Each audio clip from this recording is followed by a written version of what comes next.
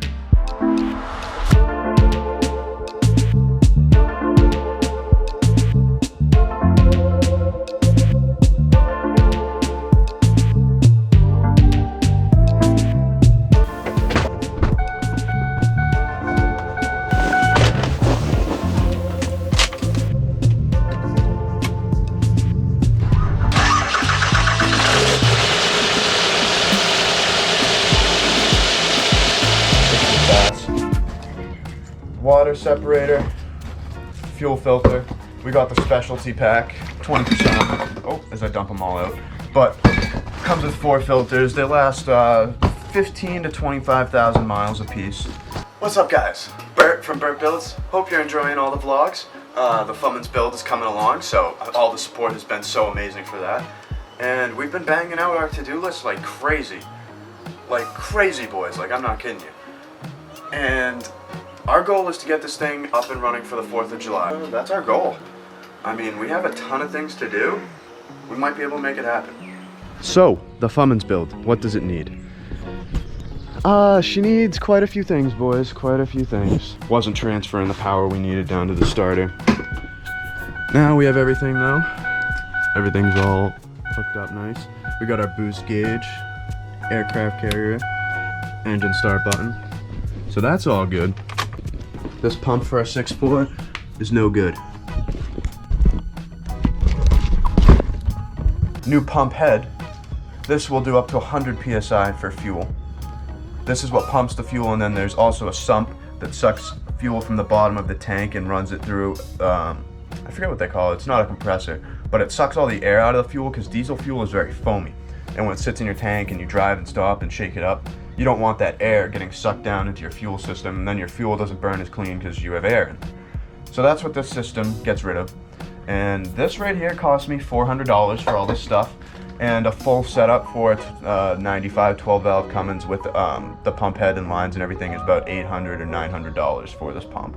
We traveled to Connecticut, 2-hour drive, pick up our drive shaft. We already got our new U-joints and bearings in the shaft. We got shortened. So we have to throw that in, probably gonna. So stay tuned for this, because I'm gonna do a review on this guy, because a lot of people like to get the Bilsteins over that, so theoretically the truck should drive. But then we still don't have a bumper or lights or a lot of things in place, so yeah, there's a ton of work to do, boys, ton of work.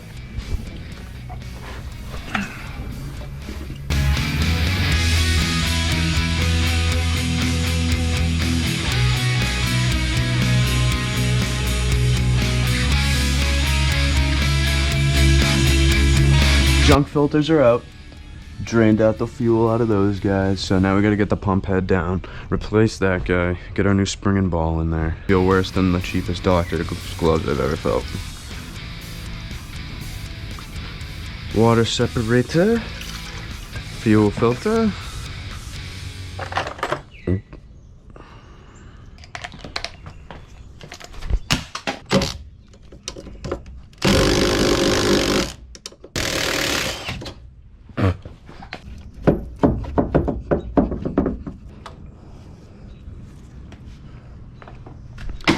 So that's free.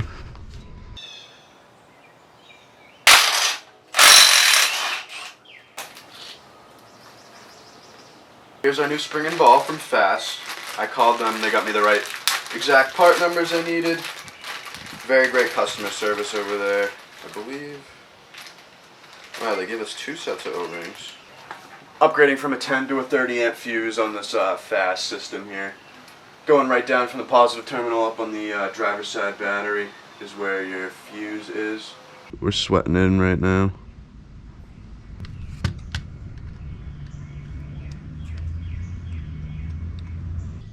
Okay, so got our new fuse into place. Going from a 10 to a 30 for the FASS upgradage. Here's our old little pump for the 6.4. Here's the Cummins pump. New spring and ball kit, we just put that in. Cleaning up the pump, and then we're gonna do our new filters. The spring goes right inside this line here. The ball sits up here, where is it?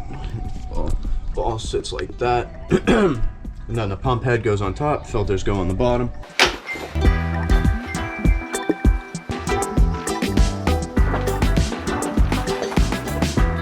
Now the lighting's not very good.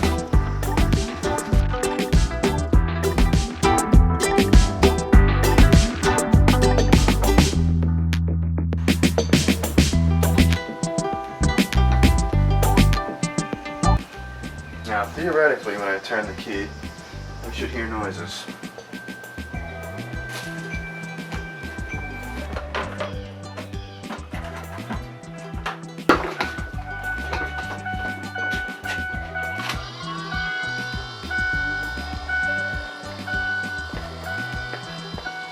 Into the fuel lines up top. We got the new FASS, new head on there. Kind of hard to see. Pump is down here a little lower now. But yeah, we just reused this guy. New filters. So that's all set. Fuel's all set. Where's the to-do list? Alright, so FASS fuel pump, we can cross that off. We use the factory Ford upper hose and a factory Cummins lower hose. And then a Dakota. Inline 2001 Dodge Dakota. Upper radiator hose to splice them all together. Yeah, that just helps us a lot because then we can delete the Ford degas bottle. So we're going to put some coolant in this thing and see how she idles. Belt, that is done. Cruise control, that's questionable. Radiator hose, that is done. Coolant, we have to fill that right now. Intercooler tubes we have to look into. Downpipe is also questionable. Dipstick. So we are making good progress here, boys. Got the peak.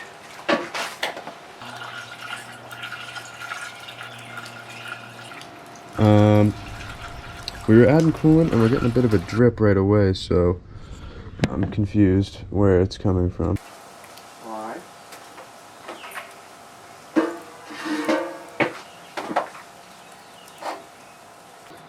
What the fuck is going on?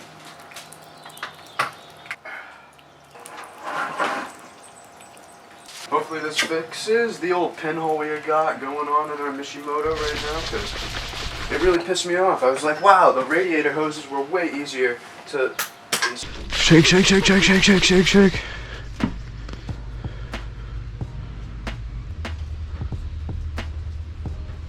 It could theoretically go like that. Fuck, dude. I don't think these are gonna be too big.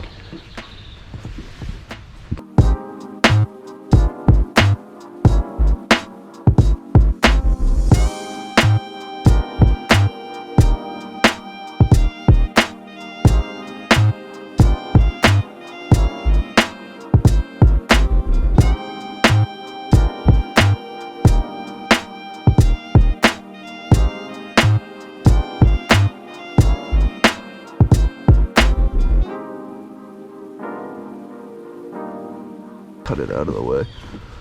Just a heater hose. Get in there.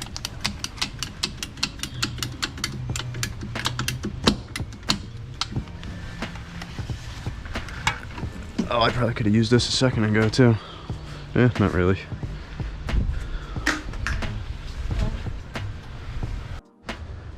So we'll, I just didn't fill that enough the way that I have the power steering plumbed up, so that should be alright. We're gonna pop the intercooler in and look at these tubes.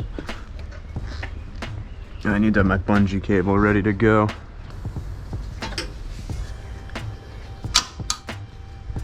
We're gonna have to cut this thing anyways. Yeah, one like this, I believe. Yeah. It went sort of like that, going up to the turbo on the 6.4. It's underneath, so it's still gonna be a bitch and a challenge. But I feel like less. So this is actually like relatively close to where we want it to be, so that is the one good thing about this. I mean, we're still gonna have to cut it, but I want to be kind of accurate with my pipe here because I don't have any extras if I cut one of these fucked up or something like that.